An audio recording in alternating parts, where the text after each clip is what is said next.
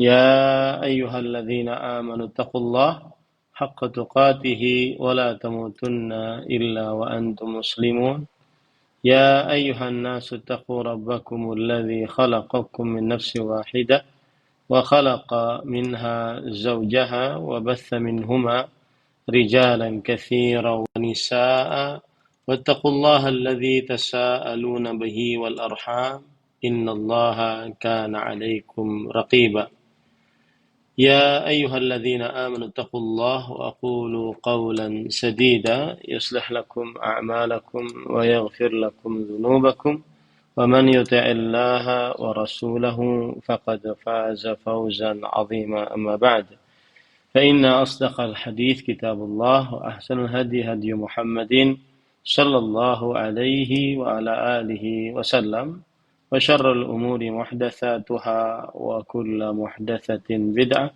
وكل بدعة ضلالة وكل ضلالة في النار. Alhamdulillah, kita bersyukur pada Allah Subhanahu wa Ta'ala pada hari ini, hari Selasa siang 2 Rabiul Akhir 1445 Hijriah. Kita dimudahkan oleh Allah Subhanahu wa Ta'ala untuk duduk bersama mengkaji kembali kitab Ad-Da'u wad-Dawa atau Al-Jawabul Kafi liman sa'ala 'anid dawa'i syafi, yaitu obat penyembuh bagi orang yang bertanya tentang penyakit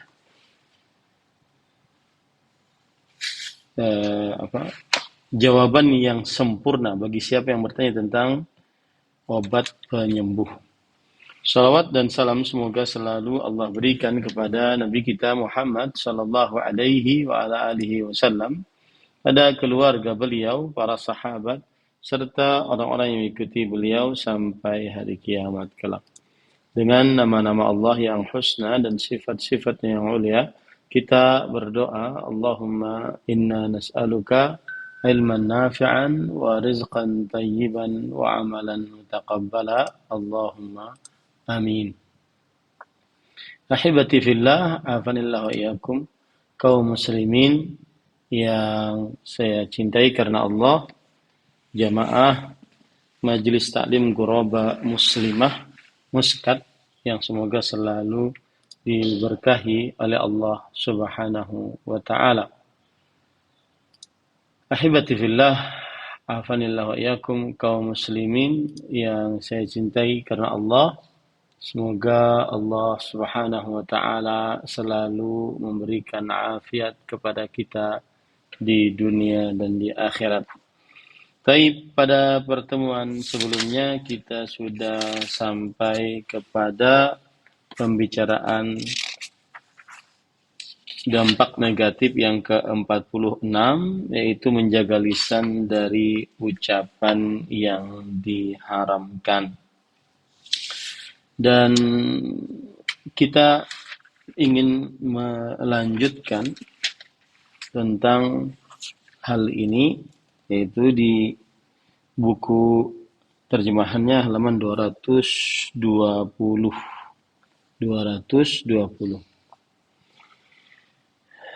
Penulis rahimahullahu ta'ala berkata, wa'lamu anna akbar a'wanikum ala luzumi hadhihi thughur musalahatu nafs al-ammarati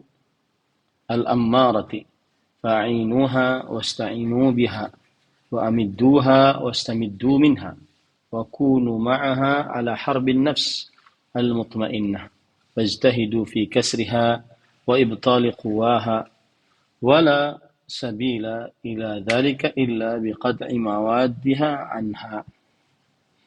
فإذا انقطعت موادها وقويت مواد النفس الأمارة وانصاعت لكم أعوانها فاستنزلوا القلب من حسنه وعزلوه عن مملكته وولوا مكانه النفس الأمارة فإنها تأمر بما تهوونه وتحبونه ولا تجيئكم بما تكرهون البتة ma'a annaha la tukhalifukum fil qalbi fi syai'in tushiruna bihi 'alaiha bal idza ashartum 'alaiha bi syai'in badarat ila fi'lih fa in ahsastum min al-qalbi munaza'atan ila mamlakatihi wa aradtum al-amna min dhalika fa'qidu bainahu wa bainan nafsi 'aqdan nikah فزينوها وجملوها وأروها إياه في أحسن صورة عروس توجد وقولوا له ذق طعم هذا الوصال والتمتع بهذه العروس كما ذقت طعم الحرب وباشرت مرارة الطعن والضرب ثم وازن بين لذة هذه المسالمة ومرارة تلك المحاربة فدع الحرب تضع أوزارها فليست بيوم وينقضي وإنما هو حرب متصل بالموت وقواك تضعف عن حرب دائم. Nah, silakan. Ketahuilah, sesungguhnya menolong kalian yang terbesar untuk tetap menempati pos-pos tadi adalah mengadakan perjanjian dengan al-marah, jiwa yang memerintahkan keburukan. Tolonglah ia dan jadikanlah ia sebagai penolong kalian. Berdirilah bersamanya untuk memerangi anak al-muqayyinah, jiwa yang tenang. Berusahalah sungguh-sungguh untuk mematahkan serta menghilangkan kekuatannya. Jalan untuk mencapai hal ini hanyalah dengan memutuskan unsur-unsur penyusun dan penopangnya. Jika hal itu terputuskan, maka unsur-unsur penyusun dan penopang anak al-marah akan menguat hingga penolong-penolongnya tunduk kepada kalian. Selanjutnya, keluarkan hati dari bentengnya dan usirlah ia dari kerajaannya. Lalu jadikanlah An-Nawas al-Marah sebagai penguasa yang menggantikan hati. Ia akan memerintah sesuai dengan hawa nafsu dan keinginan kalian, serta tidak akan pernah mendatangkan perkara yang kalian benci. Ia tidak akan pernah menyelisihi apa yang kalian suruh. Bahkan jika kalian menasihatkan sesuatu, ia segera melaksanakannya. Kalau kalian merasa bahwa hati akan merebut kekuasaannya dan kalian ingin mengamalkan hal itu, maka buatlah akad nikah antara An-Nawas al-Marah dan hati. Dan dandanilah dan hiasilah dia. Tampakkan dia pada hati dengan sebaik-baiknya penampilan ini. Lalu katakanlah pada hati, rasakanlah nikmatnya penyatuan ini dan bersenang-senanglah dengan pengantin. Sebagaimana engkau merasakan sakitnya peperangan dan pahitnya tusukan setiap pukulan. Bandingkan antara kelezatan perdamaian dan getirnya pertempuran. Biarkan perang berhenti. Perang ini tidak hanya sehari, melainkan tersambung dengan maut. Kekuatanmu pun nanti akan melemah dalam menghadapi pertempuran yang terus menerus. Hai anak-anakku, mintalah pertolongan pada Taib, Ibu. Jadi pada pertemuan yang lalu kita sudah menyebutkan bahwa ini adalah pembicaraan tentang buruknya orang yang tidak menjaga lisan. Dan gaya-gaya pembicaraan seperti ini adalah apa yang disebutkan oleh penulis ini, maksudnya adalah syaitan seakan-akan berbicara kepada pengikutnya, gitu ya. Itu yang dimaksud. Syaitan berbicara kepada pengikutnya. Seperti misalkan tadi disebutkan, ketahuilah sesungguhnya penolong kalian yang terbesar untuk menolong kalian adalah an-nafsul ammarah, jiwa yang memerintahkan kepada keburukan, ya. Sebagaimana yang disebutkan oleh Allah Subhanahu wa taala, innan nafsa la'ammaratun bisu, sesungguhnya jiwa benar-benar memerintahkan kepada keburukan. Nah, ini adalah yang disebutkan oleh iblis dan syaitan kepada pengikutnya. Itu maksudnya ya. Jadi bukan berarti kita diperintahkan untuk seperti itu. Kemudian juga di sini syaitan mengajari bagaimana cara untuk bisa melawan petunjuk dari Allah Subhanahu wa taala. Yaitu diantaranya adalah meminta pertolongan dari an-nafsul ammarah bisu, yaitu jiwa yang memerintahkan kepada keburukan. Kemudian juga bagaimana hawa nafsu itu senantiasa kuat dan bisa melawan an-nafsul mutmainnah, ya, yaitu jiwa yang tenang dengan perintah Allah Subhanahu wa taala. Nah, jadi itu maksudnya, ya. Kemudian penulis mengatakan wasta'inu ya bunayya bijundaini 'azimain lan tughlabu ma'ahuma ahaduhuma atau ahadihima jundul ghaflah fa'aghfilu quluba bani adam anillahi ta'ala wad daril akhirah bi kulli tariq falaysa lakum shay ablaghu fi tahsil ghardikum min dhalik fa innal qalba idza ghafala anillahi ta'ala tamakkantum minhu wa min ighwa'ihi. Nah,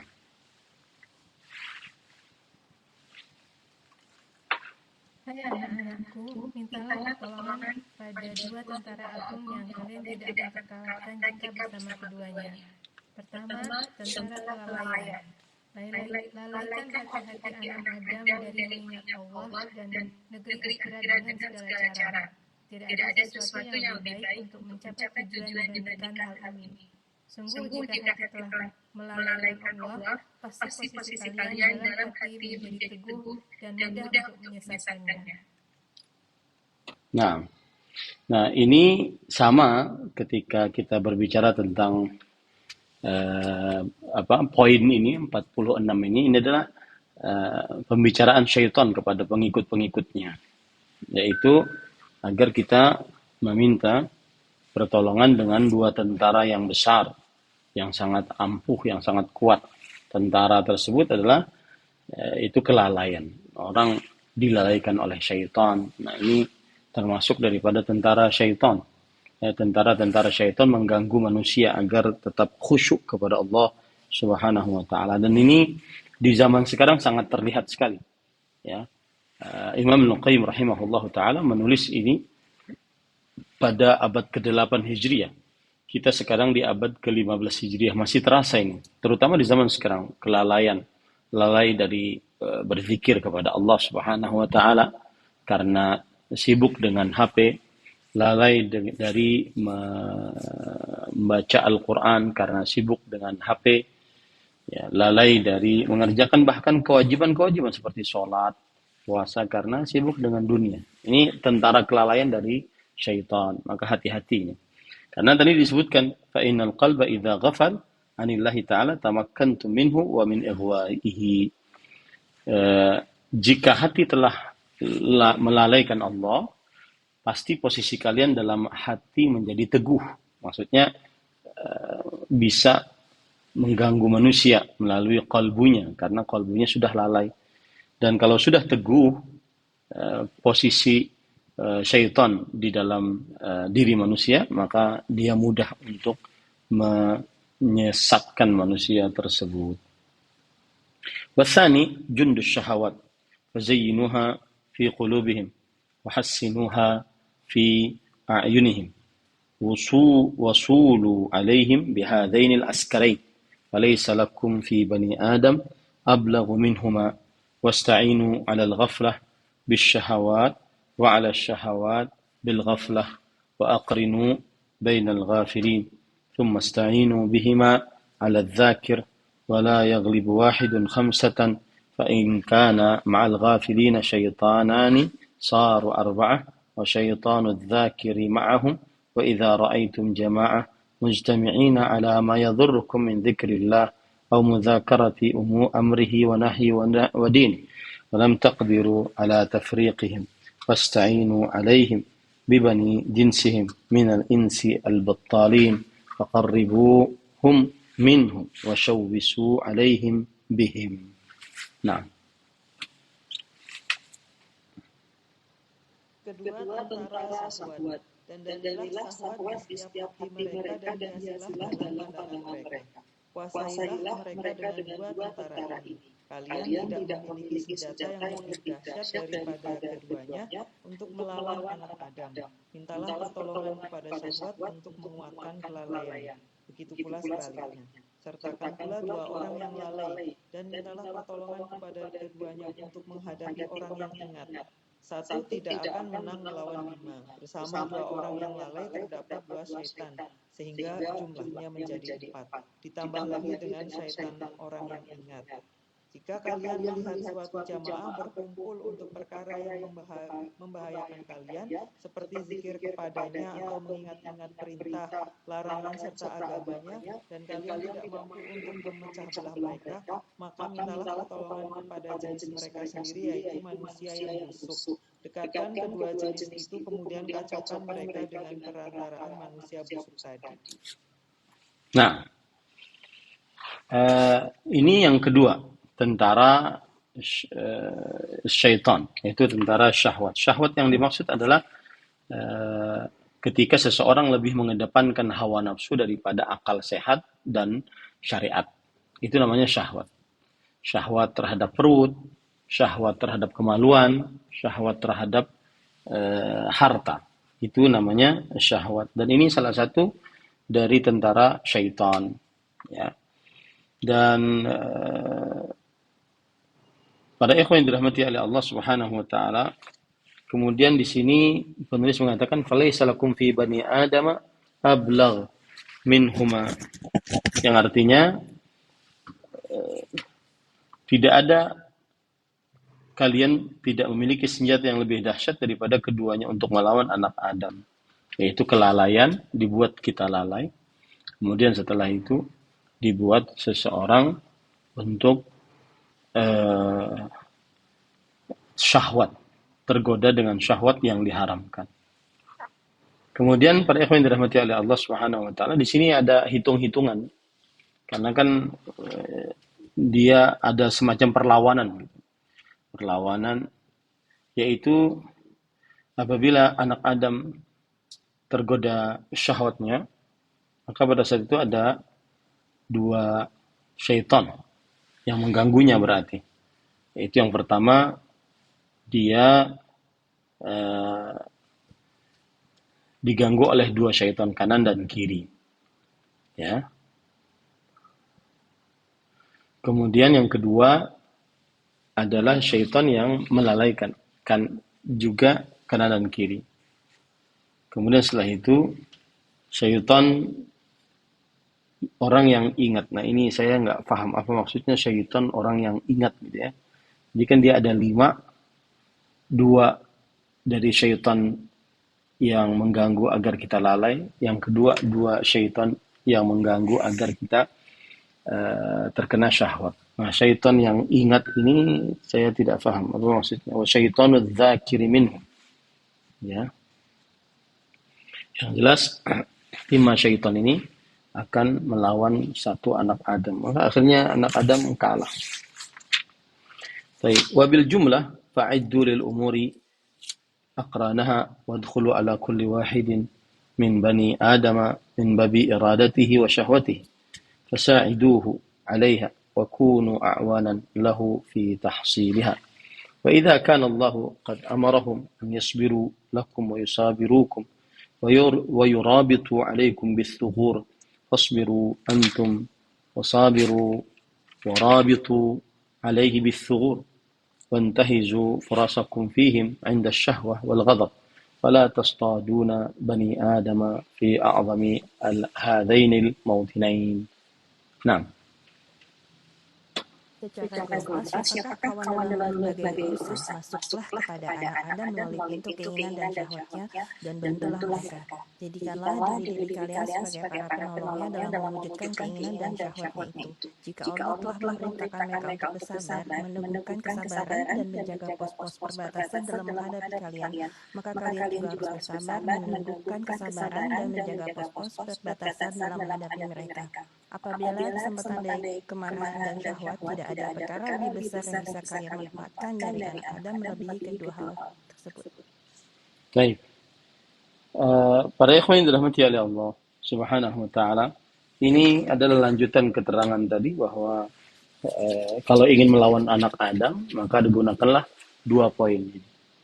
Kalau ingin melawan anak Adam, gunakanlah 2 poin ini, yaitu tentara kelalaian dan tentara syahwat. Saya ingin menegaskan di sini tentang apa itu namanya, sebentar saya ambil, tentang majelis zikir, ya kan?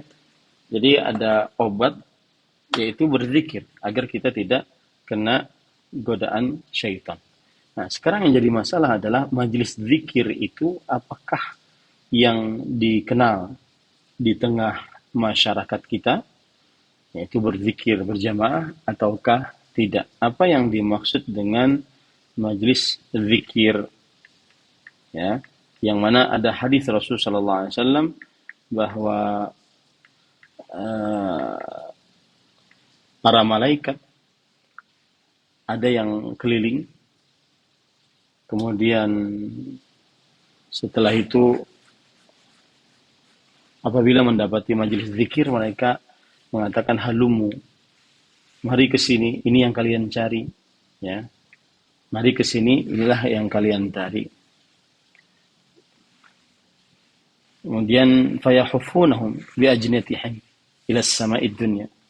Yang artinya lalu mereka mengerumuni majelis zikir tadi dengan lisan-lisan mereka ke langit dunia.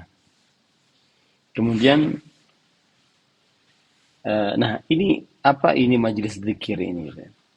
Kemudian begitu juga dalam hadis yang lain. Itu tadi hadis diriwayatkan oleh Imam Bukhari dan Muslim. Kemudian ada hadis juga riwayat dari sahabat Nabi Anas bin Malik radhiyallahu anhu, riwayat Imam Ahmad, bahwa idza marartum bi riyadil jannah farta'u. Jika kalian melewati kebun surga, maka singgahlah di dalamnya. Kemudian para sahabat Nabi radhiyallahu anhu berkata, wa ma riyadul jannah? Apa itu kebun surga? Kemudian Rasul sallallahu alaihi wasallam menjawab, hilaquz zikr, yaitu majelis-majelis atau halaqah-halaqah, perkumpulan-perkumpulan yang membuat lingkaran untuk berzikir. Nah, sekarang para ikhwan yang dirahmati oleh Allah Subhanahu wa taala, apa yang disebut dengan majelis zikir ini? Saya akan bacakan dari perkataan para ulama rahimahumullah taala. Di antara perkataannya adalah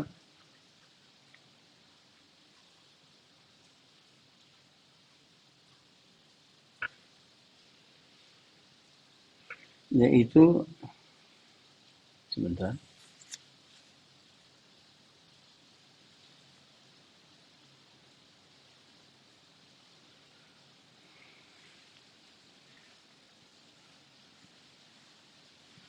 Abdullah bin Mas'ud radhiyallahu anhu, sahabat Rasulullah SAW. Beliau mengatakan, ama inni la a'ni al-qussas walakin hilaqul fiqh. Walakin hilaqul fiqh. Adapun aku menyatakan bahwa majelis zikir ini bukan orang-orang yang suka dongeng-dongeng, cerita-cerita. Akan tetapi yang dimaksud adalah halaqah-halaqah, yaitu lingkaran-lingkaran yang di dalamnya belajar ilmu fikih. Yang di dalamnya belajar ilmu fikih. Ini perkataan Abdullah bin Mas'ud radhiyallahu anhu. Kemudian berkata Atha al-Khurasani, beliau mengatakan majalisul dzikr majalisul halal wal haram, kaifa tashtari wa tabi' wa tusalli wa tasum wa tankih wa tutalliq wa ashbah dzalik. Majelis zikir yang dimaksud ini adalah majelis yang mempelajari tentang hukum halal dan haram. Bagaimana engkau membeli, menjual, sholat, puasa, menikah, mentalak, dan yang semisalnya. Ini perkataan dari Imam Al-Atha Al-Khurasani. Beliau itu ulama Islam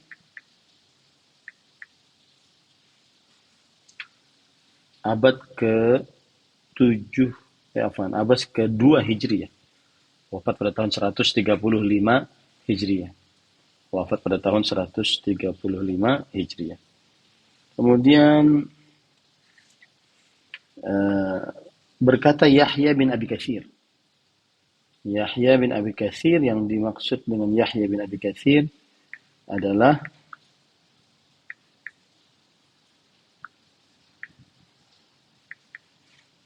ulama Islam abad kedua Hijriah, seorang tabi'i juga. Yahya bin Abi Katsir wafat pada tahun 132 Hijriah. 132 Hijriah. Kepada ikhwan yang dirahmati oleh Allah Subhanahu wa taala. Nah, di sini berarti majelis zikir adalah darsul fiqh was salah, kata Yahya bin Abi Katsir. Dia adalah pelajaran tentang fikih dan salat. Itu namanya majelis zikir. Kemudian disebutkan juga kana Abu Sawwar al-Adawi fi halqatih yatadzakarun al-ilm wa ma'hum fata syab. Abu Sawwar al-Adawi, di dalam majlisnya mereka belajar ilmu, dan di tengah-tengah mereka ada seorang pemuda. Kemudian pemuda tersebut berkata, qulu subhanallah walhamdulillah. Ucapkanlah subhanallah walhamdulillah. Kata si pemuda ini, ingin agar kita zikir berjamaah gitu ya. Kemudian faghadhiba Abu Sawwar. Lalu Abu Sawwar rahimahullah marah. Wa qala waihak fi ayyi syai'in kunna idzan. Kemudian disebutkan, celaka engkau. Ya. Lalu kita ini sedang ngapain? Nah, ini yang harus diingat, bahwa majelis zikir yang dimaksud bukan zikir berjamaah, tetapi mempelajari halal dan haram, mempelajari fikih, tata cara salat, tata cara ilmu-ilmu keislaman, ya, dan seterusnya. Nah, tadi kenapa kesini pembicaraannya? Karena tadi di dalam kitab disebutkan bahwa hilangkan salah satu agar mereka itu lalai, maka syaitan mengatakan kepada pengikutnya agar memberikan kelalaian kepada manusia, dijauhkan dari majlis zikir.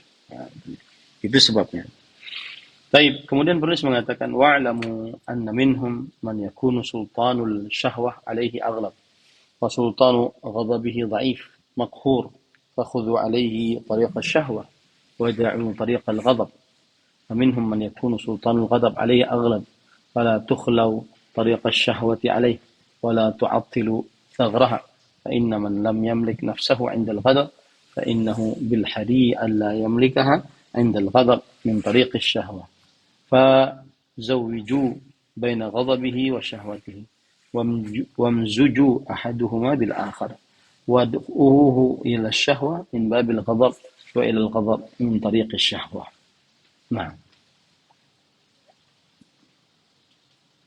ketahuilah bahwasanya ada di antara mereka yang syahwatnya lebih dominan, sementara amarahnya lemah. Maka giringlah ia ke jalan syahwat dan tinggalkanlah jalan amarah. Ada pula yang amarahnya lebih dominan, jangan tinggalkan jalan syahwat, sebab orang yang tidak bisa mengendalikan dirinya ketika marah pasti lebih tidak bisa mengendalikan diri ketika amarahnya berkaitan dengan syahwat. Maka itu, nikahkanlah amarah dengan syahwat, leburkanlah keduanya, ajak ia kepada syahwat dari pintu amarah dan sebaliknya. Ketahuilah, tidak ada senjata yang lebih ampuh bagi kalian untuk melawan Bani Adam dibandingkan kedua senjata ini. Sungguh telah kukeluarkan ayah bunda mereka dari surga dengan syahwat dan telah kusebarkan permusuhan di antara mereka dengan kemarahan. Melalui kemarahan, aku putuskan tali silaturahim di antara mereka serta aku tumpahkan darah mereka disebabkan amarah pula. Baik, para ikhwan dirahmati oleh Allah Subhanahu wa taala. Ini masih pembicaraan syaitan kepada para pengikutnya, yaitu ganggu manusia dengan syahwat dan amarah. Dan apabila manusia itu lemah di dalam syahwatnya, maka hendaklah dia ganggu dari sisi syahwatnya. Jadi kalau seandainya dia tidak bisa menahan hawa nafsu, dua-duanya ya diganggu agar dia cepat marah dan agar dia cepat marah karena terganggu syahwatnya. Maka hati-hati dengan dua penyakit ini, yaitu syahwat yang diharamkan, kemudian amarah. Ya, syahwat yang diharamkan, kemudian amarah.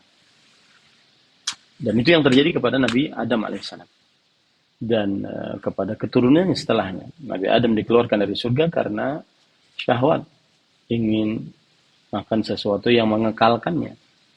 Kemudian setelah itu Allah kemudian pengikut-pengikutnya akhirnya mereka terjadi permusuhan di antara mereka. Nah, wa'lamu anna al-ghadaba jamratun fi qalbi ibni Adam, wasyahwah narun tathuru min qalbih, wa innama tudfa'u an-nar bil ma'i was salati wal dhikri wat takbir. فإياكم أن تمكنوا بني آدم عند غضبه وشهوته من قربان الوضوء والصلاة فإن ذلك يطفئ عنهم نار الغضب والشهوة وقد أمرهم نبيهم بذلك فقال إن الغضب جمرة في قلب ابن آدم أما رأيتم من إحمرار عينيه وانتفاخ أوداجه فمن أحس ذلك فليتوضأ قال لهم إنما تطفأ النار بالماء. نعم. Ketahuilah bahwa kemarahan adalah bara api dalam hati anak Adam, sementara syahwat adalah api yang bergejolak dari hatinya. Api hanya dapat dipadamkan oleh air, sholat, zikir, dan takbir. Maka dari itu, berhati-hatilah ketika anak Adam marah dan syahwatnya memuncak. Jauhkanlah dia dari wudhu dan sholat, sebab amal tersebut memadamkan api kemarahan dan syahwat. Perkara tersebut pun telah diperintahkan oleh Nabi mereka. Beliau Shallallahu Alaihi Wasallam bersabda, sesungguhnya amarah adalah bara api dalam hati anak Adam. Kalian melihat kedua matanya memerah dan urat lehernya menonjol. Oleh karena itu, barang siapa yang merasakan hal tersebut, hendaklah dia berwudu. Nabi mereka juga bersabda, sesungguhnya api hanya dipadamkan dengan air. Nah, ini adalah bisikan syaitan juga kepada para pengikutnya, yaitu jangan dibiarkan anak Adam itu suka sholat, suka zikir, suka wudhu, suka takbir, karena susah nanti mengganggunya. Ya, susah nanti mengganggunya. Kemudian juga di sini ada amalan, yaitu apabila sedang amarah, maka hendaklah dia berwudhu, karena marah itu berasal dari syaitan. Ini hadis riwayat Imam Ahmad. Nah, waqad awsahumullahu an yasta'inu 'alaikum bis-sabri was-salah fahulu bainahum wa baina dhalik wansawhum iyyahu wasta'inu 'alaihim bisyahwah wal ghadab wa ablagh aslihatikum fihim wa ankaha al-ghaflah wa ittiba'il hawa. Nah. Allah Subhanahu wa Ta'ala berwasiat kepada mereka untuk meminta pertolongan dengan sabar dan sholat dalam menghadapi kalian. Maka halangilah mereka dari perkara tersebut, serta jadikanlah mereka melupakannya. Mintalah pertolongan kepada syahwat dan amarah dalam menghadapi mereka. Senjata kalian yang paling dahsyat dalam menghadapi mereka adalah kelalaian dan mengikuti hawa nafsu. Nah, ini sebagaimana ayat Al-Quran, wasta'inu bis-sabri was-salat. Mintalah tolong kalian dengan kesabaran dan salat. Ya. Wa a'zamu aslihatihim fikum wa amna'u husunihim dzikrullah wa mukhalafatul hawa. Fa idza ra'aytumur rajula mukhalifan li hawahu fahrubu min dhillih wa la tadnu minhu. Nah, Senjata mereka yang paling dahsyat sekaligus benteng terkuat mereka dalam menghadapi kalian adalah zikir kepada Allah dan menyelisihi hawa nafsu. Jika kalian melihat seseorang menyelisihi hawa nafsunya, maka larilah dari bayangannya dan jangan didekati. ya ini salah satu bisikan syaitan kepada iblis, kepada pengikut-pengikutnya ya, bahwa yang paling berat adalah orang yang suka berzikir dan menyelisih hawa nafsu. Kalau sudah ada orang itu di hadapan, maka jangan diremehkan orang tersebut. Ini bisikan iblis kepada pengikut-pengikutnya. Nah, kemudian wal maqsudu anna adh-dhunuba wal ma'asi silahun wa madadun yamuddu biha al-'abdu a'da'ahu wa yu'inuhum 'ala nafsihi wa yuqatilunahu bi silahihi wa yakunu ma'ahum 'ala nafsihi wa hadha ghayatul jahl. Nah, Maksudnya, dosa dan maksiat adalah senjata sekaligus bantuan yang diberikan seorang hamba kepada musuhnya. Dia menolong mereka untuk mencelakakan dirinya sendiri. Mereka memerangi dengan senjata-senjatanya tadi. Dia bergabung dengan mereka untuk melawan dirinya sendiri. Inilah puncak kehidupan. ya, ini dari awal pembicaranya kan begitu. Jadi kalau yang kita lihat 46 ya, itu adalah bahwa al-ma'asi madadun minal insan li'aduwihi ali.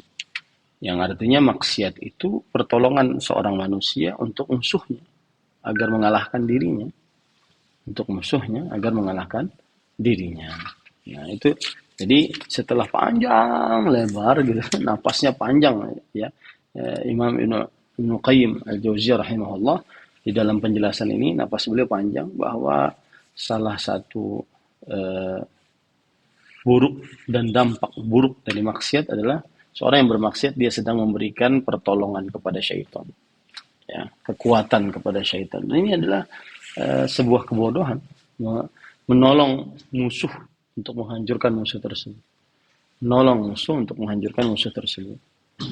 Ma yablughul a'da'u min jahilin, ma yablughul jahilu min nafsihi. ومن العجائب أن العبد يسعى بجهده في هوان نفسه وهو يزعم أنه لها مكرم فيجتهد في حرمانها أعلى حظوظها وأشرفها وهو يزعم أنه يسعى في حظها ويبذل جهده في تحقيرها وتصغيرها وتدسيتها وهو يزعم أنه يعليها ويرفعها ويكبرها. نعم. Para musuh tidak mampu mencelakai orang bodoh, sebagaimana orang bodoh itu mencelakai dirinya sendiri. Sungguh mengherankan tatkala seorang hamba sungguh-sungguh melakukan perkara yang menghinakan dirinya dan menyangka bahwa dia tengah memuliakan dirinya. Ia berusaha keras menghalangi diri dari hal-hal yang paling tinggi dan mulia dan menyangka bahwa ia tengah berusaha meraih kemuliaan tersebut. Ia mengeluarkan segala upaya untuk melecehkan, menghinakan, dan mengotori jiwanya, dan menyangka bahwa dia sedang meninggikan dan mengagungkannya. Ya, alangkah banyaknya yang seperti itu, ya, mengira bahwasanya dia sedang memuliakan dirinya, padahal dia sedang menghinakan dirinya dengan maksiat yang dia lakukan. Mengira bahwasanya dia sedang memenuhi keperluannya, padahal dia sedang mengurangi keperluannya dengan maksiat yang dia lakukan tersebut. Jadi maksiat itu membuat orang sebenarnya menguatkan syaitan, menguatkan musuh Allah Subhanahu wa taala. Dan menguatkan musuh dirinya sendiri. Wa kana ba'dhu salaf yaqulu fi khutbatihi ala rubba mahin li nafsihi wa huwa yaz'um annahu laha mukram wa mudhillin li nafsihi wa huwa yaz'um annahu laha mu'izz. ومصغر نفسه وهو يزعم أنه لها مكبر ومضين نفسه وهو يزعم أنه مراء لحقها وكفى بالمرء جهلا أن يكون مع عدوه على نفسه يبلغ منها بفضله ما يبلغ منه عدوه. نعم. Seorang salaf berkata di dalam khutbahnya, ingatlah berapa banyak orang melecehkan dirinya sendiri dan menyangka telah memuliakannya. Ia melecehkan dirinya dan menyangka telah mengagungkannya. Ia menyanyiakan dirinya dan menyangka telah memelihara hak-haknya. cukup menjadi kebodohan bagi seseorang tatkala bergabung bersama musuhnya untuk memusuhi diri sendiri. Kecelakaan yang dia timbulkan terhadap dirinya lebih hebat daripada kecelakaan yang ditimbulkan oleh musuhnya. Wallahul musta'an. Nah, itu pokoknya intinya bahwa orang yang bermaksiat dia sedang menyelakakan dirinya sendiri karena dia memberikan kekuatan kepada musuhnya. Ya, musuhnya syaitan, iblis, dan seluruh bala tentaranya. Nah, salah satu yang tidak bisa, yang sangat mudah untuk menjadi penolong bagi musuh-musuh manusia, yaitu iblis dan syaitan, adalah lisan, yang tidak bisa menjaga lisan. Kemudian juga tidak bisa menjaga telinga yang dia gunakan untuk mendengar. Karena dengan telinga tersebut akhirnya dia terlena, lalai. Ya, di sini tinggal 25 menit lagi azan asar. Saya buka sesi pertanyaan. Jika ada yang ingin bertanya dipersilakan. Wallahu a'lam.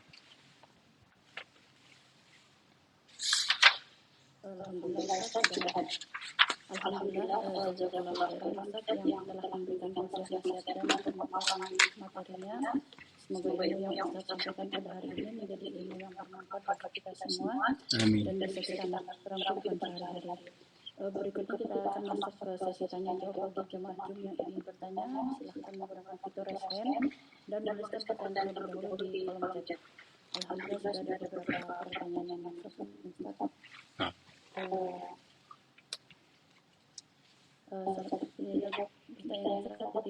Assalamualaikum warahmatullahi wabarakatuh. Waalaikumsalam. Bahwa mereka selalu mengamalkan doa yang diucapkan manusia, termasuk jika doa jelek yang diucapkan. Doa jelek tersebut juga berbalik pada yang berdoa. Yang ingin saya tanyakan, jika orang terzalimi berdoa jelek untuk orang yang menzaliminya, apakah doa jelek tersebut juga akan berbalik kepada orang yang terzalimi itu, Ustaz? Dan yang kedua, apakah doa orang yang terzalimi langsung dikabulkan Allah saat itu juga di dunia, ataukah bisa juga tertahan akan dikabulkan di akhirat? Mohon nasihat dan pencerahan Ustaz. Bismillah, alhamdulillah, wassalatu wassalamu ala rasulillah wa ala alihi wa ashabihi wa man wala amma ba'd. Ada beberapa hadis yang menegaskan bahwa Allah Subhanahu wa taala mengabulkan doa orang yang terzalimi. Dari riwayat Bukhari dan Muslim dari Abdullah bin Abbas radhiyallahu anhuma bahwa Nabi Muhammad sallallahu alaihi wasallam mengutus Mu'adz bin Jabal ke negeri Yaman. Lalu saat mengutus tersebut Rasulullah SAW bersabda kepada Mu'adz, "Ittaqi da'watal mazlum fa innaha laisa bainaha wa bainallahi hijab." Jauhilah doa orang yang terzalimi. Sesungguhnya tidak ada antara doa orang yang terzalimi dengan Allah Subhanahu wa taala hijab apapun. Kemudian juga hadis riwayat Imam Abu Daud dan Imam Tirmidzi dari Abu Hurairah radhiyallahu an, Rasulullah sallallahu alaihi wasallam bersabda, "Thalathu da'awatin mustajabatun." 3 doa yang dikabulkan. La syakka fihin. Tidak ada keraguan di dalamnya. Da'watul walid, wa da'watul musafir, wa da'watul mazlum. Doa orang tua, doa orang yang sedang bersafar, dan doa orang yang terzalimi. Yang dimaksud dengan da'watul mazlum dijelaskan oleh para ulama, di antaranya Al-Imam As-Sindi rahimahullah di dalam kitab Syarah Sunan Ibn Majah, yaitu da'watul mazlum artinya adalah fi haqqil mazlum. Doanya orang yang terzalimi itu dalam haknya orang yang terzalimi tersebut. Artinya ada orang yang kadang-kadang merasa terzalimi tetapi sebenarnya dia bukan orang yang terzalimi. Nah, ini bukan masuk ke dalam hadis ini, ya. Kemudian penulis mengatakan kemudian wa atharul istijabah qad la yadhhar fil hal li kaunil mujib ta'ala hakiman. Dan kadang-kadang pengabulan doa itu tidak langsung dikabulkan. Karena Allah yang lebih tahu, yang lebih bijaksana, mana yang dikabulkan segera, mana yang tidak dikabulkan segera. Kadang-kadang langsung dikabulkan, kadang-kadang tidak. Dilihat maslahatnya oleh Sang Pencipta, Wallah Subhanahu wa taala. Ada penjelasan menarik dari Imam Ibnu Utsaimin rahimahullah di dalam kitab Syarah Riyadhus Shalihin. Nah, ini Ibu, saya menasihatkan kalau seandainya nanti kita ganti kitab, nggak tahu Riyadhus Shalihin sudah ada atau belum ya. Pelajaran ibu-ibu di Ghuraba Muslimah Muscat sudah ada atau belum. Nah, itu bagus juga dibahas tentang kitab Riyadhus Shalihin. Kalau untuk berkaitan dengan qalbu ya, berkaitan dengan qalbu, berkaitan dengan adab keseharian seorang muslim, bagus itu kitab Riyadhus Shalihin. Nah, Syekh Ibnu Utsaimin rahimahullah, beliau menyebutkan tentang ketika mensyarah hadis ini, oh sudah ada katanya ya dengan Ustaz Syafiq. Ya, itu bagus, alhamdulillah. Itu kalau sudah ada dengan Ustaz Syafiq, alhamdulillah. Bagus itu. Ya. Amma da'watul, apalagi yang menyampaikan Al-Ustaz Al-Fadhil Abu Jabir Syafiq Riza Basalama, Masya Allah. Bagus, sangat luar biasa itu. Amma da'watul mazlum fama'naha idza zalamaka ahad. Adapun doanya orang yang terzalimi, maksudnya adalah jika ada seorang yang menzalimi engkau. Fa idza da'awta Allah 'alaika istajaba Allah du'a. Jika engkau berdoa kepada Allah, maka Allah akan mengabulkan doamu. Hatta walau kana al-mazlumu kafiran. Meskipun orang yang terzalimi yang berdoa ini orang kafir. Wa zalamtahu thumma da'aka da'allahu alaih istajaba Allah du'a. La hubban lil kafir walakin hubban lil 'adl. Meskipun yang terzalimi adalah orang yang kafir, jika engkau berbuat zalim kepada dia, kemudian ia berdoa kepada Allah untuk keburukan engkau yang telah berbuat zalim kepadanya, maka niscaya Allah Subhanahu wa taala akan mengabulkan doamu. Bukan karena cinta kepada orang kafir, akan tetapi karena mencintai keadilan. Li'annallaha hakamun 'adl. Karena Allah yang maha bijaksana dan maha adil. Wal mazlum la budda an yansifa lahu min adh-dhalim. Dan orang yang terzalimi harus mengambil haknya dari orang yang menzalimi. Walihada lamma arsala an-nabiy sallallahu alaihi wasallam Mu'adz ila Yaman, faqala ittaqi da'watal mazlum fa innahu laysa bainaha wa bainallahi hijab.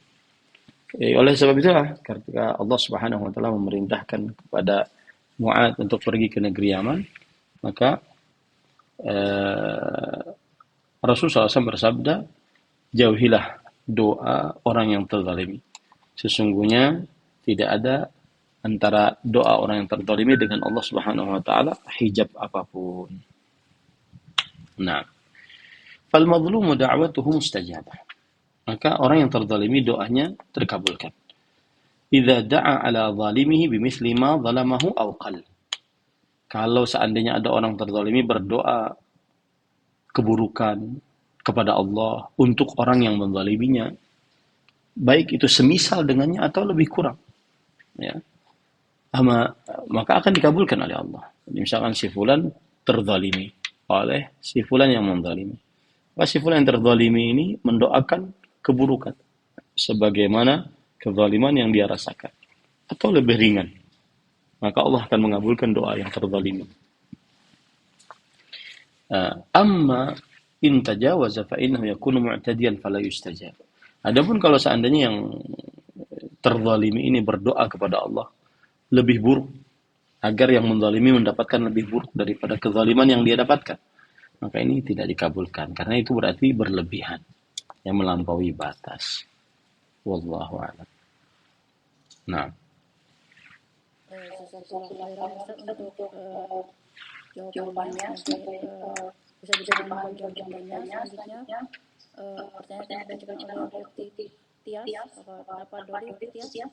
Jazakallahu khairan untuk kesempatannya. Bismillahirrahmanirrahim. Assalamualaikum warahmatullahi wabarakatuh. Assalamualaikum Ustadz, ini ada pertanyaan dari dua pekan lalu sepertinya. Ustadz, Assalamualaikum Ustadz, saya mempunyai keponakan anak yatim. Saya bermaksud untuk meringankan beban dengan memeliharanya, akan tetapi anaknya sudah tercemar kenakalan dengan penyalahgunaan obat-obatan sehingga khawatir tidak sanggup mengawasi perilakunya.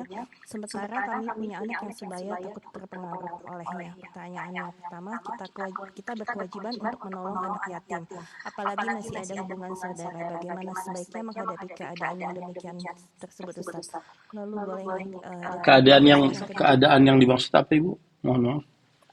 Jadi ingin mengangkat anak keponakan sendiri yang yatim, tetapi sudah terpengaruh dengan pengaruh negatif seperti obat-obatan dan khawatir tidak bisa mengawasi secara baik, apalagi mereka punya anak yang sebaya takut terpengaruh, Ustaz. Itu pertanyaan yang pertamanya, Ustaz. Jadi bagaimana menghadapi keadaan? Bismillah, walhamdulillah, wassalatu wassalamu ala rasulillah wa ala alihi wa ashabihi wa man wala amma ba'd.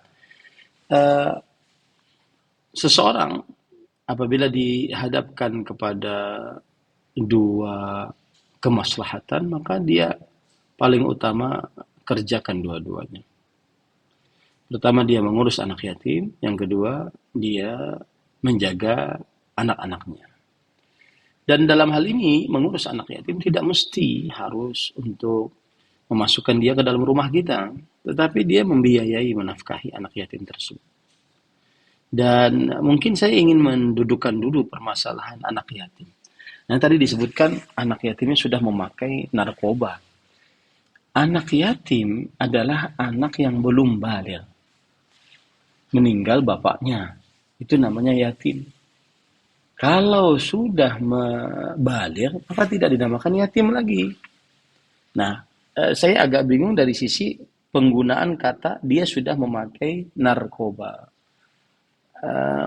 Maksimal sebelum balik 15 tahun. Apakah memang dia sudah memakai narkoba ketika umur sebelum 15 tahun itu? Nah, itu dia. Tapi yang jelas bagaimanapun dia menafkahi, mengurus anak yatim, menafkahi anak yatim. Nah, itu termasuk daripada yang dimasukkan dalam hadis. Tanpa harus menjadikan dia sebagai anak angkat, ya, yang di dalam rumahnya. Tidak mesti harus seperti itu juga. Nah, kemudian juga yang kedua adalah bahwa mengurus anak yatim ini bisa juga kalau anak yatimnya itu kaya, gitu ya. Jadi anak yatim itu ada yang kaya, ada yang miskin. Nah, yang kaya maksudnya adalah ketika orang mengurusnya, kemudian dia bagus dalam mengurus keuangan harta anak yatim. Nanti kalau sudah besar, anak yatim ini tetap mendapatkan harta dari warisan yang ditinggal oleh bapaknya. Itu maksudnya. Wallahu a'lam. Nah. Ustaz, masih ada pertanyaan dari yang bersangkutan, Ustaz. Jadi yang pertanyaan kedua mungkin tadi sudah terjawab karena beliau sebenarnya tidak tahu batasan umur untuk anak yatim. Tadi sudah Ustaz sebutkan sudah banyak, Ustaz, ya. Lalu yang ketiga, kalau saya hanya mau memelihara anak yatim yang masih baik perilakunya, adiknya saja, apakah boleh, Ustaz? Demikian pertanyaan, Ustaz. Tidak mengapa. Tapi sekali lagi kita katakan bahwa apabila seseorang mengurus anak yatim bukan harus selalu dia tinggal bersama kita. Itu namanya dijadikan anak angkat.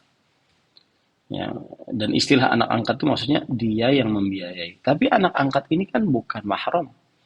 Nanti sama istri kita kalau seandainya anak angkat itu laki-laki dan dia sudah balik, tidak boleh melihat aurat istri kita. Dan itu sangat susah untuk kita di dalam rumah. Gitu ya. Nah, itu dia. Karena istri tidak boleh terlihat oleh anak angkat, oleh anak yatim tadi. Kalau seandainya belum baligh masih mungkin, tapi kalau sudah mumayyiz, yaitu prabaligh, apalagi sampai baligh, maka susah istri di hadapan anak yang bukan mahramnya, ya. Kemudian juga keluarga-keluarga perempuan kita. Jadi maksud saya, anak yatim itu baik si kakaknya, si adiknya bisa diurus dengan melalui tetap di rumah tersendiri, ya, dan tidak disatukan dengan rumah yang ada istri dan anak-anak perempuan kita, karena dia bukan mahram. Wallahu a'lam. Jazakallahu khairan Ustaz untuk jawabannya. Selanjutnya pertanyaan dibacakan oleh Utiras Tapadoli. Utiras. Assalamualaikum Ustaz. Waalaikumsalam warahmatullahi wabarakatuh. Ya, dari Salam Jamaah juga Ustaz. Ustaz, saya mau bertanya bagaimana cara kita menarik sumpah kita yang terlanjur terucap. Saya mengucapkan sumpah itu dengan terpaksa karena agar kebohongan dan kelakuan kita selama ini tidak diketahui oleh siapapun. Sumpahannya adalah, masalahnya kalau sampai saya melakukan itu saya mati. Tolong bagaimana caranya menarik kembali sumpahan itu, karena pada saat itu saya mengucapkannya dalam keadaan emosi. Mohon nasihatnya Ustaz. Bismillah, alhamdulillah, wassalatu wassalamu ala rasulillah wa ala alihi wa sahbihi wa man wala amma ba'd. Itu bukan sumpah. Sumpah itu gini, demi Allah, kalau saya melakukan ini, maka saya akan melakukan ini, maka saya akan begini gitu. Saya beri contoh misalkan, demi Allah saya bersumpah kalau saya menggauli istri lagi, maka saya akan puasa 3 bulan berturut-turut. Nah, itu namanya sumpah. Ya. Tapi kalau yang tadi disebutkan bersumpah, kemudian akibat sumpahnya tersebut dia mengancam dirinya dengan keburukan atau kematian, itu biasanya mubahalah. Mubahalah itu adalah menyebutkan begini, ya Allah, kalau saya salah, maka turunkan laknatmu 7 turunan kepada saya. Nah, ini namanya mubahalah, karena ada persengketaan antara 2 kelompok atau 2 orang, kemudian tidak ada bukti yang nyata, bukti yang kuat, semuanya ngaku benar, akhirnya sudah bermubahalah. Ya, dikumpulkan keluarga seluruhnya di sini juga dikumpulkan, kemudian mengucapkan yang tadi. Nah, kalau seandainya terjadi mubahalah, ya sudah, tunggu saja. Tapi kalau seandainya ingin bertobat dari mubahalah itu tersebut, ternyata dia berdusta, maka dia berkata jujur kepada orang tersebut sehingga selesai urusannya, kepada musuhnya sehingga selesai urusannya. Adapun yang tadi disebutkan bahwa saya bersumpah kalau saya melakukan itu maka saya akan mati gitu.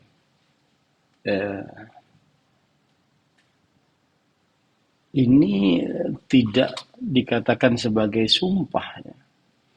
Yang apabila dia menyesal, dia bertobat, kemudian setelah itu dia bayar kafarat atau kompensasi, puasa misalkan, bersedekah misalkan, enggak juga ya. Cuma dia sedang dengan menyebut nama Allah, dia sedang mendoakan keburukan untuk dirinya sendiri. Maka lebih baik dia berdoa lagi kepada Allah agar diberikan kebaikan. Begitu saja. Adapun kompensasi, kafarat, maka belum ada yang saya ketahui ilmunya, wallahu a'lam.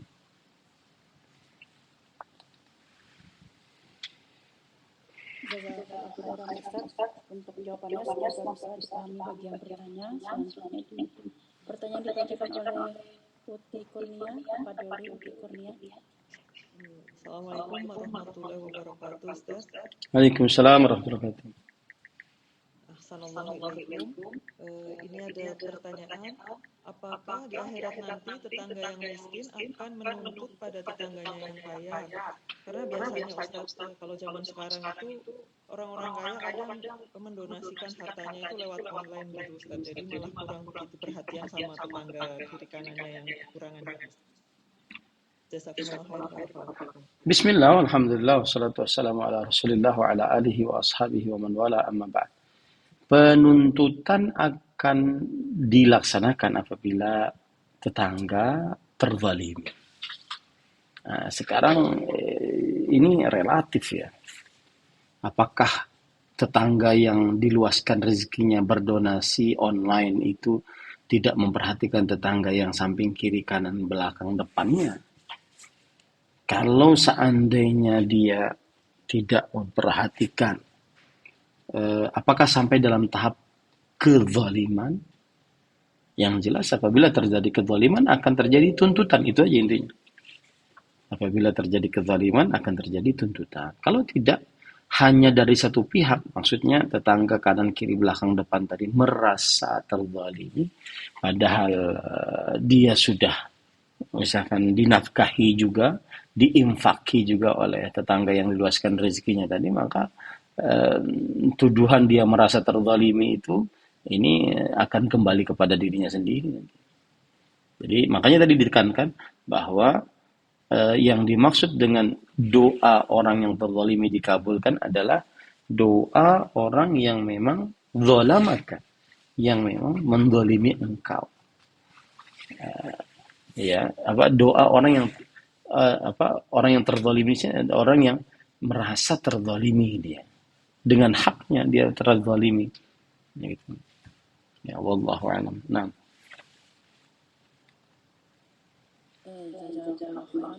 Untuk jawabannya semoga bisa dipahami bagi yang bertanya.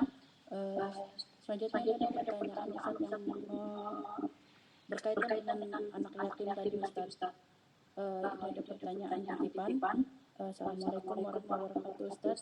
Saya dan suami sudah mengadopsi anak yatim sudah lebih dari 20 tahun dan sekarang mereka ini sudah menginjak usia 20 tahun. Yang pertama sudah di universitas dan yang kedua masih duduk di bangku sekolah SMA Ustaz, umurnya 15 tahun. Nah, bagaimana Ustaz, ini anak-anak yang kami adopsi ini perempuan dua-duanya Ustaz. Apakah masih boleh kami, terutama suami, masih bisa satu rumah dengan mereka ini atau harus dipisah Ustaz? Mohon pencerahannya Ustaz. Bismillah, alhamdulillah, wassalatu wassalamu ala rasulillah wa ala alihi wa sahbihi wa man walah, amma ba'd. Di sini anak yatim yang sudah diadopsi menjadi anak sendiri, ada beberapa poin yang harus diingat. Yang pertama, dia tidak boleh dinasabkan kepada yang mengadopsi. Ya. Misalkan anak yatimnya namanya Sumayyah, maka tidak boleh dinasabkan kecuali bapak sahnya secara Islam, bukan kepada yang mengadopsinya. Itu satu. Yang kedua, apabila anak yatim perempuan ini mau menikah, maka yang menjadi walinya adalah bapak kandungnya, itu yang lebih utama, kemudian pamannya, kemudian anaknya laki-laki, kemudian yang lain-lainnya. Adapun orang tua yang mengadopsinya tidak boleh untuk menjadi wali nikah. Yang ketiga, apabila anak yatim perempuan yang sudah diadopsi ini sudah balik, maka dia orang lain dari orang tua yang mengadopsinya, kecuali si anak perempuan ini dia menyusu dengan perempuan yang mengadopsinya, ya, perempuan yang mengadopsinya. Nah, berarti dia ibu sepusuan. Maka kemudian anak-anak dari si ibu sepusuan ini semuanya adalah mahram bagi si perempuan yang menyusu, anak yatim yang menyusu dengan ibu tadi. Kalau tidak berarti dia orang lain. Kalau orang lain ya berarti kalaupun masih tinggal serumah maka harus jaga, tidak boleh berikhtilaf, bercampur laki-laki perempuan yang bukan mahram, tidak boleh berkhalwat, berdua-duaan dengan laki yang bukan mahram, tidak boleh membuka aurat. Ya seperti orang di hadapan orang yang asing saja, tidak ada hubungan kekerabatan sama sekali. Meskipun dia diadopsi dari mulai bayi, baru lahir dari ibunya misalkan, ibunya meninggal atau yang semisal, maka ini bukan mahramnya. Wallahu a'lam. Jazakallah khairan Ustaz, semoga bisa dipahami bagian bagiannya. Apa Ustaz? Masih bisa berapa pertanyaan? Bisa satu dua pertanyaan Ustaz? Ya, silakan. Ya, Ustaz. Tapadari Uti Tias untuk membacakan pertanyaan. Ini Ustaz, tadi Ustaz sempat menyebutkan mengenai soal wudu. Pertanyaannya singkat saja Ustaz, wudunya orang yang sedang haid bagaimana maksud misalnya kebiasaan yang bersangkutan itu saat sebelum tidur itu wudu. Lalu wudunya itu apakah bermanfaat atau tidak Ustaz? Bismillah, walhamdulillah, wassalatu wassalamu ala rasulillah. wa ala alihi wa ashabihi wa man walah amma ba'd. Apakah disyariatkan bagi wanita yang sedang haid untuk berwudu? Telah tetap syariatnya bahwa Nabi Muhammad SAW senantiasa selalu berwudu sebelum tidur, dan beliau dalam keadaan junub, dan beliau memerintahkan akan hal itu. Seperti misalkan dalam hadis riwayat Bukhari dari Abu Salamah radhiyallahu anha, beliau berkata, "Sa'altu Aisyah, kana an-nabiy sallallahu alaihi wasallam yarqudu wa huwa junub?" Qalat, "Na'am, wa yatawadda." Apakah Nabi Muhammad sallallahu alaihi wasallam beliau tidur dalam keadaan junub, artinya belum mandi, junub? Iya, dan beliau sebelumnya berwudu.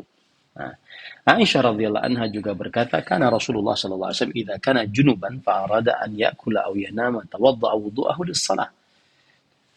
Aisyah radhiyallahu anha, riwayat Muslim, bercerita, adalah Rasul sallallahu alaihi wasallam jika dalam keadaan junub lalu beliau ingin makan, minum atau tidur, maka beliau berwudu seperti beliau ingin sholat. Hadis ini kebanyakan para ulama berpendapat dengannya bahwa seorang yang junub jika ingin tidur maka dia membasuh kemaluannya lalu dia berwudu. Dan yang berpendapat demikian adalah Ali bin Abi Thalib, Abdullah bin Umar, Aisyah, dan Shaddad ibn Aus, Abu Sa'id al-Khudri, Abdullah bin Abbas radhiyallahu anhum ajma'in. Dan ini juga pendapat para tabi, Al-Hasan bin Al-Yasan Al-Basri, Atha bin Abi Rabah, rahimahumullah. Kemudian juga pendapat para tabi'in, Abdullah bin Mubarak, Imam Malik, Imam Syafi'i, Imam Ahmad, Imam Ishaq bin Rahawi. Dan mereka membenci untuk meninggalkan wudu dalam keadaan junub kalau mampu berwudu sebelum tidur. Ya. Kemudian para ikhwan yang dirahmati oleh Allah Subhanahu wa taala, adapun wanita yang haid, apakah seperti itu juga? Seperti dalam keadaan junub juga? Maka jawabannya adalah tidak. Ya, kenapa? Karena hadas karena haid, yaitu keluarnya darah, ini terjadi terus-menerus. Maka tidak bermanfaat wudunya untuk meringankan hadasnya. Bahkan kalau seandainya wanita haid tadi mandi junub pun, maka tidak bermanfaat mandinya. Adapun seorang yang junub, jika dia mandi, maka terangkat hadasnya. Dan jika dia berwudu, maka ringan hadasnya. Akan tetapi, pada ikhwan yang dirahmati oleh Allah Subhanahu wa taala, jika terputus darah haidnya, maka pada saat itu dia tidak mengapa untuk berwudu, ya, sebelum makan, sebelum minum, meskipun dia belum mandi. Jadi tidak mengapa, tidak ada manfaatnya wanita yang haid sebelum tidur untuk berwudu, karena kalau mandi junub pun dia tidak ada manfaatnya. Maksudnya tidak ada manfaatnya di sini, ya tidak mengurangi hadasnya, begitu. Tidak mengurangi hadasnya. Nah, wallahu a'lam. Jazakallah Ustaz. Jawabannya satu pertanyaan lagi Ustaz ya. Silakan. Tapadoli utiras.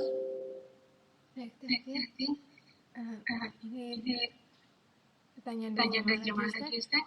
Assalamualaikum. Seorang teman mengatakan bahwa dia tidak mengkonsumsi tape, cuka, pala, dan drum karena untuk kehati-hatian atau bersikap wara'. Pertanyaan saya, apakah jenis makanan tersebut makruh untuk dikonsumsi? Bismillah, walhamdulillah, wassalatu wassalamu ala rasulillah wa ala alihi wa ashabihi wa man wala amma ba'd. Asal hukum makanan adalah halal, kecuali yang diharamkan. Ya ayuhan nas kulu mimma fil ardi halalan thayyiba, wahai manusia, makanlah apa yang ada di atas muka bumi ini yang halal yang baik. Ya, yang halal yang baik. Maka berdasarkan ayat ini, kita asal hukumnya terhadap makanan minuman adalah halal, kecuali yang diharamkan. ada penegasannya yang diharamkan. Salah satu yang diharamkan khamr. Tetapi asli materi dari khamr tidak diharamkan, seperti misalkan anggur, seperti misalkan kurma, ya, seperti misalkan yang lain-lainnya, tebu, ya. Dia haram kalau seandainya sudah memabukkan. Kullu khamrin, kullu muskirin khamrun. Setiap yang memabukkan adalah khamr. Nah, setiap yang memabukkan, baik itu sedikit ataupun banyak, maka diharamkan. Nah, seperti itu. Nah, khususnya untuk makanan-makanan yang asalnya tidak memabukkan kecuali ketika setelah proses. Maka pada saat itu baru memabukkan. Maka ini asal hukumnya halal. Ya, asal hukumnya halal. Wallahu a'lam. Nah. Jazakallah khairan Ustaz. Bisa menutup kajian dengan doa. Baik. Bismillah, alhamdulillah, wassalatu wassalamu ala rasulillah wa ala alihi wa ashabihi wa man walah, amma ba'd. Sebelum saya tutup kajian, ada faedah yang saya ingin ambilkan dari apa yang ditulis oleh para ulama rahimahumullah ta'ala. Di antaranya adalah yaitu ada perkataan dikatakan oleh Mu'ammar rahimahullah, seorang ulama salaf. Beliau berkata, wa talal Hasan al-Basri 'anil yamini wa 'anil shimali qa'id. Al-Hasan bin Al-Yasar al-Basri, seorang tabi'i, berkata, 'anil yamin wa 'anil shimali qa'id. Allah berfirman, di kanan dan di kiri ada malaikat yang menjaganya. Kemudian beliau menjelaskan, ya bani Adam, wahai anak Adam, basattu laka sahifatak. Aku bentangkan untukmu buku tulisanmu, buku catatan amalmu. Wa wakkala bika malakani kariman. Dan ada dua malaikat yang selalu bersamamu. Ahaduhuma an yaminik wal akhar min yasarik. Satu di kanan, satu di kiri. Fa'amma alladhi an yaminik fa yahfadhu hasanati. Yang di kanan akan menulis amal-amal kebaikanmu. Fa'amma alladhi an yasarik fa yahfadhu an sayyiati. Adapun yang di kirimu, maka dia akan menjaga dan menulis dosa-dosamu. Fa'amal ma syi'ta. Maka berbuatlah sekehendakmu. Aqlil atau akthir. Terserahmu, banyak atau sedikit. Hatta idza mitta tuyat sahifatu. Dan kalau sudah engkau mati, maka buku catatan amalmu tadi dilipat. Faju'ilat fi 'unukik ma'aka fi qabrik. Akan digantungkan di lehermu, kamu bawa sampai ke kuburmu. Hatta takhruja yawmal qiyamah kitaban talqahu mansyura. Sampai nanti pada hari kiamat akan dikeluarkan kitab yang engkau akan lihat kitab tersebut dibentangkan kembali. Kemudian Allah berfirman, Iqra kitab. Kafa binafsika al-yawma alayka hasiba. Bacalah buku catatanmu ini. Cukup engkau sendiri pada hari ini yang menghitung-hitungnya. Qad adala wallahi alayka man ja'alaka hasiba nafsika. Demi Allah, sungguh Allah telah berbuat adil yang telah menjadikan engkau yang menghisap dirimu sendiri.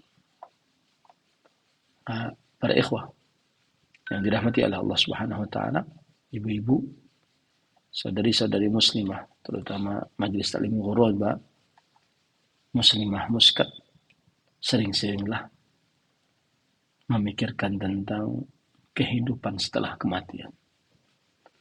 itu akan membuat kita segera bertaubat, selalu puas dengan pemberian Allah, dan semangat untuk beribadah. Kita cukupkan dengan kafaratul majlis. Subhanakallahumma wa bihamdik, asyhadu an la ilaha illa anta, astaghfiruka wa atubu ilaik. Wassalamualaikum warahmatullahi wabarakatuh. Waalaikumsalam warahmatullahi wabarakatuh. Ya, alhamdulillah kita sudah selesai sesi tanya jawab dan sudah